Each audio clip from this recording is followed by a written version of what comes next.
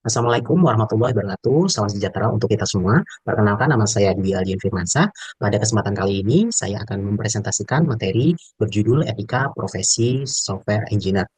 Nah, presentasi kali ini saya lakukan sebagai bagian dari ujian tengah semester atau UTS mata kuliah Etika Profesi Sistem Informasi yang diampu oleh Ibu dosen, Ibu Vika Febri Mulyati Eskom Mkom. Nah, sebelumnya, dalam pembahasan kode etik profesi di bidang teknologi informasi, profesi yang saya pilih adalah software engineer. Nah, profesi ini memiliki tanggung jawab yang besar karena hasil kerja dari software engineer ini dapat berdampak luas dalam kehidupan masyarakat, mulai dari aspek keamanan, privasi, hingga keadilan sosial dalam penggunaan sistem informasi. Semoga materi yang nantinya akan saya sampaikan pada kesempatan kali ini dapat menambah wawasan kita semua dan dapat memberikan nilai yang terbaik. Langsung saja kita mulai. Jadi, sesuai dengan yang tadi saya katakan, judulnya adalah Kode Etik Profesi Software Engineer, Relevansi dan Tantangan Etis di Era Digital. Sebelum kita mengetahui terkait kode etik apa saja dalam atau yang ada di dalam profesi software engineer ini, kita harus mengetahui terlebih dahulu terkait latar belakang dari profesi tersebut atau profesi software engineer ini. Nah, yang perlu teman-teman ketahui, software engineer itu merupakan profesi yang memainkan peran sentral dalam era digital saat ini. Nah, tanggung jawabnya itu bukan hanya mencangkup proses desain atau perancangan, tetapi juga dalam proses pengembangan, pengujian, dan pemeliharaan perangkat lunak atau software yang digunakan di berbagai sektor, mulai dari sistem informasi perusahaan, layanan perbankan, digital, hingga aplikasi berbasis kecerdasan buatan atau AI. Kita ketahui bahwa di zaman sekarang itu, perkembangan teknologi itu sudah merambah ke seluruh sektor industri. Ya. Dan yang perlu teman-teman ketahui juga, software engineer itu juga dituntut untuk bisa memahami implikasi sosial, hukum, dan etis dari produk digital yang mereka hasilkan atau yang mereka buat. Nah, di mana dengan adanya kode etik atau keberadaan kode etik ini akan menjadi panduan utama atau pedoman untuk menjamin tanggung jawab profesional terhadap masyarakat. Nah, kita akan lanjut ke pembahasan terkait prinsip umum kode etik software engineer. Nah, prinsip umum ini itu dilandaskan pada Association for Computing Machinery, di mana standar utama yang banyak dijadikan acuan atau pedoman oleh para software engineer secara global.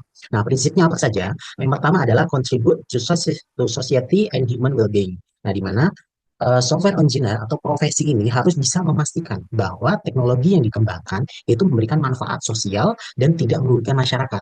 Nah, terus yang kedua, adanya adalah avoid harm, yaitu mempertimbangkan resiko kerugian seperti kegagalan sistem, pelanggaran privasi, dan penyalahgunaan teknologi. Nah, lanjut prinsip yang ketiga, yaitu be honest and trustworthy. Nah, ini di mana kita harus bisa bertindak jujur, transparan, dan juga akurat, baik kepada rekan kerja, klien, ataupun kepada pengguna. Nah, lanjut, prinsip selanjutnya adalah respect privacy and confidentiality, yaitu di mana kita harus bisa melindungi nih sebagai software engineer itu bisa melindungi dan tidak menyalahgunakan data pengguna sesuai dengan prinsip privacy dan hukum yang berlaku. Nah, next yaitu ada strive for high quality and professional standards, yaitu dengan mengembangkan perangkat lunak dengan standar kualitas yang tinggi, akurat, dan dapat diandalkan. Nah, selanjutnya ada maintenance professional competence, di mana ini kita harus bisa memperbaharui ya terkait knowledge, terus competence, skill ya, agar tetap relevan dengan perkembangan teknologi dari zaman ke zaman. Nah, selanjutnya ada respect diversity dan inclusion ya. Jadi sistem itu harus dirancang agar adil dan dapat diakses oleh semua kalangan. Jadi tidak tidak memilih-milih gitu. Jadi harus bisa diakses oleh semua kalangan tanpa adanya diskriminasi. Nah, prinsip yang terakhir adalah be fair and supportive of colleagues. Nah, di mana kita sebagai seorang software engineer itu juga harus menjaga etika kolaborasi dan bisa menghargai kontribusi orang lain. Jadi kita harus respect each other juga ya. Oke, selanjutnya adalah implementasi etika profesi software engineer dalam pekerjaan sehari-hari.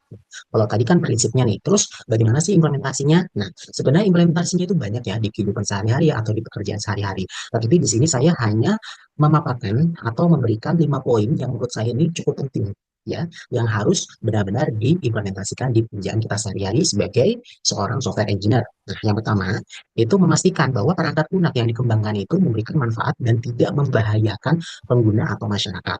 ya. Terus yang kedua, kita harus bisa melaporkan secara jujur ya. Jadi ini lebih ke transparansi atau honesty tadi prinsip ya. Ada kan? Nah, jadi kita harus bisa melaporkan secara jujur setiap masalah teknis, batasan sistem dan juga resiko keamanan kepada atasan, klien ataupun pengguna. Jadi misalkan kita menjadi salah satu anggota dari sebuah apa namanya? Project gitu. Jadi kita tetap harus terbuka transparansi gitu kepada atasan kita, kepada ketua tim ya, kepada klien, kemudian terus kepada pengguna dari sistem yang kita kembangkan atau yang sedang kita buat ini. Nah, terus untuk implementasi yang ketiga, di mana kita harus bisa melindungi data pengguna dari akses ilegal atau akses yang tidak sah. Nah, tidak menyalahgunakan informasi pribadi serta mematuhi regulasi perlindungan data. Jadi harus bisa mengikuti regulasi perlindungan data. Jadi ada yang namanya regulasi GDPR itu dari Europe, terus ada juga kalau dari Indonesia itu adalah UU PDB ya, perlindungan data pengguna. Jadi harus bisa menyesuaikan dengan regulasi yang ada. Nah, terus yang keempat itu kita harus bisa menuliskan code ya yang rapi dan bersih. Jadi benar-benar code-nya itu nggak sembarangan ya. Jadi harus benar-benar rapi gitu atau bersih ya dan terdokumentasi serta dapat disimpan untuk pemeliharaan selanjutnya gitu. Dan serta kita bisa melakukan pengujian menyeluruh untuk menjamin. Jadi harus ada pengujian secara menyeluruh ya untuk menjamin stabilitas dan keandalan dari sistem tersebut. Jangan sampai nanti di skip pengujiannya atau di trace waktunya. Jadi ada beberapa pengujian yang tidak dilakukan yang nantinya akan berakibat fatal dari sistem tersebut pada saat digunakan oleh pengguna. Nah, yang terakhir adalah tidak melakukan tindakan seperti menyalin atau copy code tanpa izin ya dan harus mencantumkan kredit pada sumber terbuka atau open source yang kita gunakan ya sesuai dengan lisensi yang berlaku atau sesuai dengan lisensi perangkat lunak yang berlaku. Nah, itu adalah beberapa poin bagaimana kita bisa mengimplementasikan etika atau kode etik dari profesi software engineer ini. Nah, terus dari tadi sudah implementasi, sekarang tantangannya. Apa saja sih yang menyebabkan etika ini tuh sulit untuk diimplementasikan? Nah, di sini saya sudah menyiapkan ada sekitar 8 poin. Nah, langsung saja ya kita bahas. Yang pertama adalah teknologi baru seperti AI atau kecerdasan buatan dan Internet of Things, IoT itu punya dampak yang besar. Jadi harus benar-benar digunakan secara baik dan benar. Sesuai ya, harus sesuai. Nah, terus yang kedua adalah data pengguna itu harus selalu dijaga kerahasiaannya ya, sesuai dengan aturan atau regulasi yang berlaku. Nah, terus yang ketiga, tekanan waktu atau press time atau ya tekanan waktu itu sering membuat perangkat lunak itu kurang diuji dengan baik. Nah, seperti tadi yang saya sempat katakan, ya jangan sampai oh dikejar waktu nih terus pengujiannya itu tidak dilakukan dengan baik. Itu jangan sampai dilakukan seperti itu ya. Jangan sampai terjadi seperti itu. Nah, terus yang keempat adanya yaitu terkadang kita nih ya itu sulit untuk memilih mana yang harus dipilih antara keuntungan perusahaan atau keselamatan secara publik gitu. Sementara kita kita di hire oleh kita masih bekerja di perusahaan, tapi kita juga harus mementingkan keselamatan publik. Jadi jangan sampai kita membuat atau mengembangkan sistem yang tidak sesuai dengan kode etik dari profesi yang sedang kita jalankan, yaitu sebagai software engineer ini. Nah, poin yang selanjutnya, banyaknya resiko orang yang menggunakan akses dan pengetahuan untuk hal yang salah. Gitu, jangan sampai ini terjadi ya. Ini udah jelas-jelas pelanggaran kode etik kalau misalkan sampai benar-benar kita menyalahgunakan pengetahuan, skill yang kita miliki ya sebagai seorang software engineer untuk hal-hal yang tidak benar. Nah, poin yang selanjutnya adalah software engineering itu juga harus terus belajar ya, harus mengupgrade terkait literasi, knowledge, skill ya, agar tidak ketinggalan dengan perkembangan zaman atau perkembangan teknologi yang dari zaman ke zaman makin berkembang, makin besar dan makin pesat. Nah, terus untuk poin selanjutnya yaitu bekerja dengan aturan berbeda di berbagai negara itu bisa membingungkan. Ya, benar. Setiap aturan di setiap negara itu pasti berbeda-beda. Jadi kita harus bisa menyesuaikan atau mengadaptasi, harus bisa menyesuaikan dan adaptasi ya dengan peraturan di negara-negara yang berbeda. Kalau misalkan kita tidak hanya bekerja di negara Indonesia. Nah, terus poin yang terakhir itu adalah bagaimana kita harus mengatasi bias algoritma agar teknologi itu tidak apa ya, tidak menimbulkan ketidakadilan sosial. Ini terkait mungkin bias teknologi yang terbaru seperti AI gitu ya atau kecerdasan buatan. Jangan sampai menimbulkan ketidakadilan sosial yang membuat diskriminasi pihak-pihak tertentu. Oke, selanjutnya kita akan membahas tentang studi kasus. Tapi sebelumnya saya akan katakan studi kasus ini saya tidak serta-merta secara eksplisit itu mengatakan bahwa ini terjadi pelanggaran kode etik. Jadi di sini saya hanya menjelaskan terkait dimensi etika ya dari case atau kasus yang saya akan paparkan atau saya akan presentasikan kali ini. Hmm. Jadi case yang pertama ini terkait kebocoran data Tokopedia tahun 2020. Nah, di bulan Mei 2020 terjadi insiden kebocoran data di Tokopedia, di mana Tokopedia ini kan merupakan salah satu unicorn Indonesia ya, yaitu platform e-commerce terbesar di Indonesia, di mana lebih dari 91 juta data pengguna itu bocor di internet, yaitu terkait nama, email, dan juga password. Itu bocor ke internet. Itu kan sangat bahaya sekali. Nah, dimensi etikanya itu apa? Kegagalan dalam menerapkan sistem keamanan cyber itu tidak memadai. Ya, jadi keamanan cybernya itu masih belum maksimal, ya, masih belum memadai. Gitu. Terus yang kedua, tidak dilakukan langkah preventif, yaitu menginformasikan pengguna terkait risiko keamanan dan juga langkah mitigasi yang harus dilakukan. Nah, implikasinya apa? Implikasinya ya pastinya adanya penurunan kepercayaan publik terhadap platform tersebut. Dan juga ya data yang kita miliki di platform tersebut juga sudah tersebar ya, dan kita juga takut pastinya ya apakah nanti akan tetap menggunakan platform tersebut atau tidak, itu biasanya tergantung dari perusahaannya bagaimana mengatasi eh, case atau permasalahan tersebut. Nah, implikasi yang kedua itu perusahaan harus bisa meningkatkan standar keamanan ya dan juga tanggung jawab yang etis dalam penanganan data, khususnya data pengguna yang bersifat privacy. Nah, masih studi kasus juga, jadi ini case yang kedua. Ini adalah case yang berkaitan antara Capital One dan juga Page Thompson tahun 2022. Jadi di mana Capital One ini mengalami pelanggaran data pada tahun 2022 yang melibatkan Page Thompson yang merupakan mantan insinyur Amazon atau mantan engineer dari uh, aplikasi ya, software Amazon. Nah, dia itu mengeksploitasi celah konfigurasi firewall Amazon Web Service untuk mencuri data di mana datanya itu lebih dari 100 juta account. Nah, dimensi etikanya apa? Yang pertama, itu adalah penyalahgunaan pengetahuan profesional untuk tujuan ilegal. Ya, ini jelas sekali. Terus yang kedua, ancaman terhadap prinsip kepercayaan antara klien dan penyedia layanan cloud. Jadi ada ancaman terkait kepercayaan. Wah, ada trust issue nih pastinya. Gitu. Nah, implikasi dari case ini apa? Implikasinya tentunya data atau akun ya dari pengguna itu bocor atau tersebar. Terus yang kedua, itu harus ada hukuman pidana atau adanya hukuman pidana terhadap pelaku. Nah, terus yang selanjutnya yaitu perusahaan harus melakukan perbaikan sistem keamanan cloud secara menyeluruh. Oke, selanjutnya ini masih case lagi. Jadi kita belajar case itu bisa biar bisa tahu pemahaman terkait kode etik secara real life-nya itu seperti apa. Nah, case yang ketiga ini berkaitan dengan Amazon Recognition, yaitu pada tahun 2020. Nah, Amazon Recognition ini itu merupakan teknologi pengenalan wajah berbasis AI atau Artificial Intelligence. Nah, yang pada tahun 2020 itu sempat dihentikan penggunaannya oleh lembaga penegak hukum karena adanya kritik ya terhadap bias rasial dan risiko pelanggaran human right atau hak asasi manusia. Nah, dimensi etikanya apa nih dari case ini? Nah, yang pertama, ketidaktepatan algoritma dalam mengenali wajah minoritas rasial. Berarti ada yang salah nih dari code atau algoritma di sistem tersebut.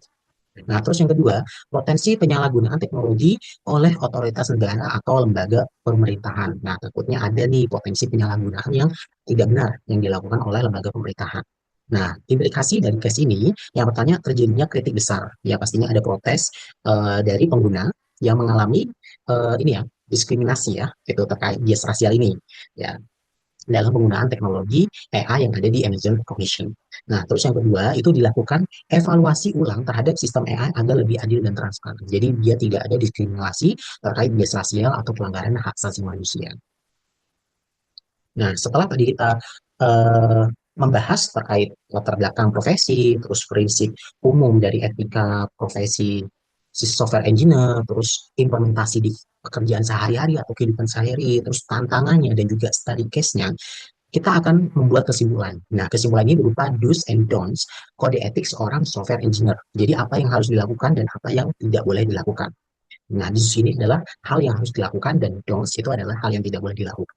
Nah, kita akan membahas do's-nya dulu nih yang harus dilakukan. Nah, yang pertama ini adalah menjaga kerahasiaan dan juga privasi data pengguna.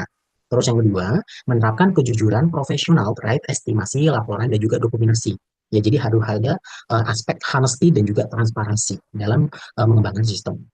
Nah, terus yang ketiga itu kita harus menghormati hak cipta dan lisensi dengan menggunakan kode sesuai lisensi yang sah, ya. Jadi jangan sampai ilegal. Terus yang keempat itu mengembangkan sistem yang bertanggung jawab secara sosial.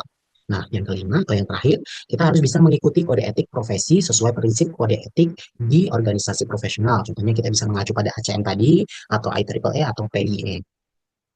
Nah, terus apa yang harus tidak boleh dilakukan atau don'ts-nya itu apa? Nah, yang pertama, kita tidak boleh melakukan akses atau mengubah sistem tanpa wewenang. Ya, jadi kayak udahlah nggak kita nggak punya wewenang, udah ganti-ganti aja atau misalkan kita rubah untuk kepentingan diri kita sendiri itu tidak boleh. Nah, terus yang kedua, melanggar privacy dan mengeksploitasi data pengguna tanpa izin. Ini juga jelas-jelas pelanggaran yang valid ya untuk kode etik dari profesi software engineer ini. Nah, terus yang ketiga, melakukan plagiarism code atau kode dengan menyalin atau menggunakan karya orang lain tanpa atribusi. Jadi tanpa ada izin, tanpa ada kontribusi ya terkait kode yang kita salin atau yang kita gunakan. Ya, yang mana pastinya itu memiliki lisensi. Itu yang harus bisa kita apa ya, hargai juga gitu lisensinya.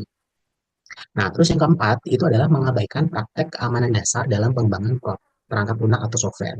Nah, jadi jangan sampai seorang software engineer itu menganggap remeh atau menganggap enteng terkait praktikum dari keamanan dalam pengembangan software atau perangkat lunak.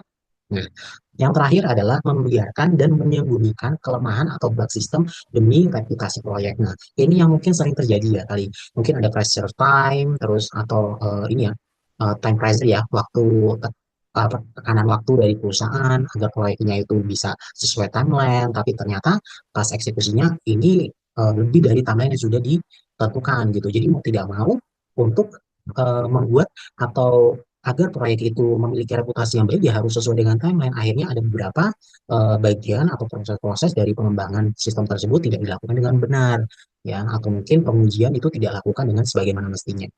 Nah, dari do's and don'ts serta pembahasan materi sebelumnya, kita jadi tahu ya etika profesi software engineer itu harus seperti apa sih? Ya prinsipnya bagaimana, terus implementasi realitanya itu terkait study case yang tadi sudah kita bahas bagaimana, terus kesimpulan apa yang harus kita lakukan sebagai software engineer dan juga apa yang tidak boleh kita lakukan sebagai software engineer itu apa saja. Nah, itu tadi sudah saya jelaskan di materi presentasi kali ini. Dan akhir presentasi, terima kasih untuk teman-teman semua dan juga terima kasih untuk Ibu Vita. Mohon maaf apabila ada materi yang masih kurang relevan. Saya meminta maaf sekali lagi dan mungkin cukup sekian presentasi kali ini. Wassalamualaikum warahmatullahi wabarakatuh.